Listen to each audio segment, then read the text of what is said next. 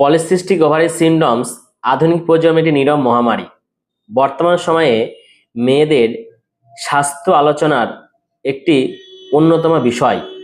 একসময় কয়েকটা মেয়েদের হতো বলে আমরা এটা খুবই মায়ের চোখে দেখতাম, কিন্তু এটি একটি পুরো প্রজন্মের সমস্যার শিকার হয়েছে।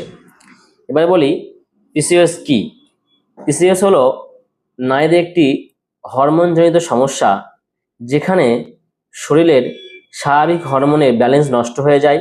এর ফলে ডিম্বাশয়ের ছোট ছোট সিস্ট তৈরি হয় এবং মাসিক চক্র সহ নারীর প্রজনন সমস্যা দিক থেকেও কিন্তু এফেক্ট করে। একে আমরা বলি এটা হচ্ছে পিসিওডি বা পিসিওএস হয়। এর লক্ষণ কি? এর লক্ষণ হলো মাসিক অনিয়মিত বা মাসিক বন্ধ হয়ে যাওয়া, ওজন হঠাৎ করে বেড়ে যাওয়া বা ওজন কমতে না চাওয়া, অতিরিক্ত চুল পড়া এবং মুখে অস্বাভাবিক লোম এবং হরমোনের ইমব্যালেন্সের জন্য পেশেন্টের বা রোগীদের ঘন ঘন মুড সুইং হয় বা ত্বকে কালচে দাগ বা মুখে নানা রকম ব্রণ দেখা যায়।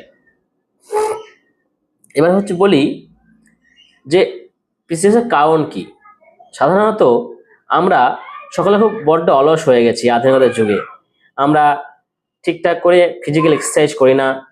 আমরা ফাস্ট ফুড, চিনি, অস্বাস্থ্যকর খাবারে বেশি আসক্ত হয়ে পড়েছি। রাত জাগা, ঘুমের অভাব, অতিরিক্ত মোবাইল, ল্যাপটপ, স্ক্রিনিং টাইমটা বেশি হয়ে গেছে, মানসিক চাপ, উদ্বেগ। এর ফলে কি হয়, আমাদের শরীরে ইনসুলিনের রেজিস্ট্যান্স বাড়িয়ে দেয়। এর ফলে হরমোন সিস্টেম নষ্ট হয় এবং মেয়েদের পিরিয়ডস এবং প্রজনন স্বাস্থ্যের ক্ষেত্রে কিন্তু প্রচুর এফেক্ট ফলে। তাছাড়া মানসিক এফেক্ট কিন্তু অনেক ইম্পর্টেন্ট। মানসিকভাবে চাপ বা ডিপ্রেশন বা আত্মবিশ্বাস কমে গেলে এই সমস্ত সমস্যার জন্য অনেকে আমরা আছি কেরিয়ার নিয়ে প্রচুর মানে বিশ্বাস কমে যাচ্ছে, আত্মবিশ্বাস কমে যাচ্ছে, হ্যাঁ, এসব নিয়ে ভাবনা চিন্তা করতে করতে আমাদের মানসিক চাপ, উদ্বেগ বেড়ে যায়। সেক্ষেত্রে কিন্তু সমস্যা দেখা যায়। আমি মনে করি এটি একজন নারীর সমস্যা নয়, এটি একটি ভবিষ্যৎ প্রজন্মের সমস্যা। আগামী দিনে যে প্রজন্মটা আসছে সেই প্রজন্মটা কিন্তু ভয়াবহ রূপ নিতে শুরু করেছে। তাহলে আমাদের কি করণীয়? পিসিওএস এর লক্ষণ দেখা দিলে যেটা করবেন, নিয়মিত স্বাস্থ্যচর্চা, স্বাস্থ্যকর খাবার, বিশেষ করে শাকসবজি, ফাইবার সমৃদ্ধ খাবার, পরিমিত ঘুম, নিশ্চিন্ত থাকা, মানসিক চাপ কমানোর চেষ্টা করা, প্রয়োজন হলে চিকিৎসকের